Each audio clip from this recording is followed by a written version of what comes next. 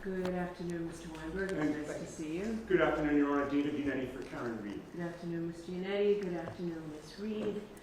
All right, so the case is scheduled today for trial assignment, and what I'd like to do is to get 3 dates. I'm aware that a motion to dismiss has been filed. I'd like to get a quick date on that, and I'm glad you're here, Mr. Weinberg, because I'd like it to be with your schedule. Then we need a trial date, and we need a final trial conference. So I was thinking on the motion to dismiss, can we do it a week from Friday? It would be for oral argument only. From the defendant's perspective, yes, Your Honor. All right, I think that's August 2nd, I Mr. apologize, Clerk. Judge. I'm going to be out of state. I return on August 3rd. Okay.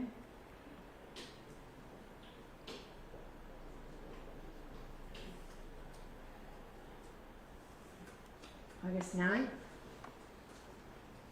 Are you What time? available? 2 o'clock. Are you available, Mr. Weinberg, on August 9th? Mr. Lally, is the Commonwealth available on August 9th? Yes, Your Honor. All right, so that's for oral argument only, okay? 2 p.m. 2 p.m. All right, so given the schedule, and I assume whatever I end up doing on the motion to dismiss will be appealed, in an effort to make sure we have plenty of time, I would like to schedule the jury trial on January 27th.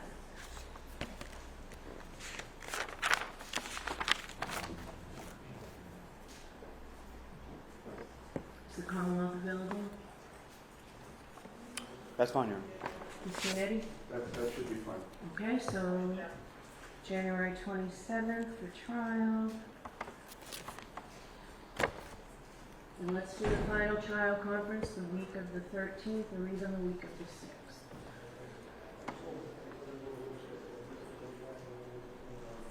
Do you have the calendar, Mr. Clerk, or any of those days? Yeah, there's nothing, just not the 9th or the 16th, but all the days are open. Okay. Your Honor, the only caveat, I don't have anything on the 27th. I'm clear for that date, but for the fact that I have a Superior Court trial scheduled to begin in Essex County on January 13th. There are multiple... How long do you expect it to take? That's what I was getting to. That could take longer than 2 weeks. I'm happy to have this case take priority over that, but that's... No, we'll hold it for you day to day if need be, and I can contact the Essex Superior Court judge once you know who he or she is. Yeah, that's not ideal. You know, in terms of preparing for trial, I can't do 2 or 3 week Superior Court trial and then jump into this case. I can't do that. Okay? So what are you telling me? You just said you're willing to make this a priority, so we'll stick with the 27th? Well, okay. Well, why don't we do this? Let's put it on for the 27th. Let me see if I can make peace in Essex County. And then on the next date when we come back for oral argument, if I can readdress the court on that issue. Okay, I'm happy to talk to Judge McCarthy, who's the barrage up there, about this. It's yeah, okay, that's great. All right, so let's set it for the 27th. And why don't we do the 14th for final trial conference?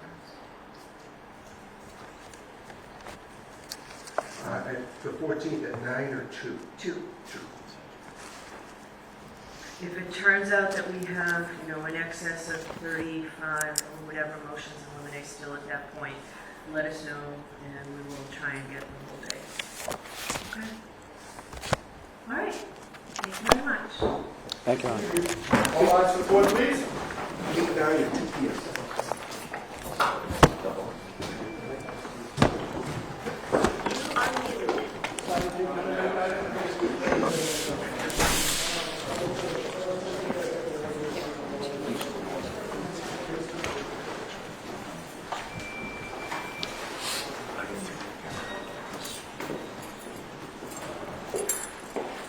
Goodbye.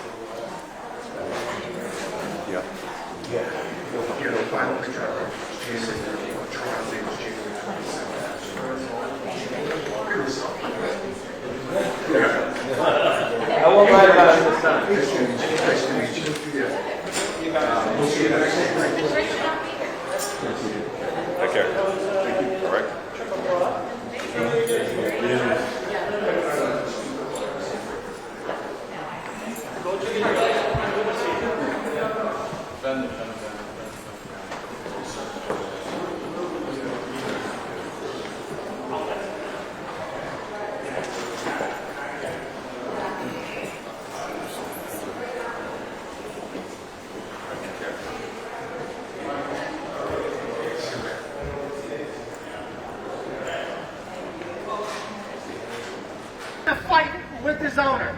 That's how we know that Brian Albert was involved. That's how we know that Chloe was involved, because not one, but two doctors, trained pathologists, who have looked at thousands of autopsy photos and testified in thousands of cases, all agree those are dog bites on John Brian. Those are dog bites. But according to community college graduate Joseph Paul, no offense to my community college grads out there, but I would take the word over a doctor, two of them specifically, who have pathologists who have dedicated their life to this, than some conehead named Joseph Paul, who wants us to believe that the dog bites on John's arm came from a smooth tail light that somehow shattered into 45 pieces, which simultaneously acted as daggers and cut his arm up and down. And yet not a single one of these 45 pieces of tail light was seen by Gallagher, by Lynch, by Mulaney, by Surratt, by Good. Not one of them saw a single piece of tail light when they searched the area where John's body was found. Not one. 12 hours later, after 18 inches of snow has fallen, and after Michael Proctor, corrupt, disgraced, soon to be former state trooper Michael Proctor, as soon as he got all the Karen's caught, and he gave the green light for his buddy, corrupt Lieutenant Brian Tully, to give the green light to the search team that was sitting there twiddling their thumbs saying, why can't we search this area? Why can't we search this area? Well, because Michael Proctor hasn't given us the green light yet. And then suddenly, it was go time at 5:45. And Tully, according to their own testimony, said, look over there. I bet you, go search over there, see what you find. Oh, it's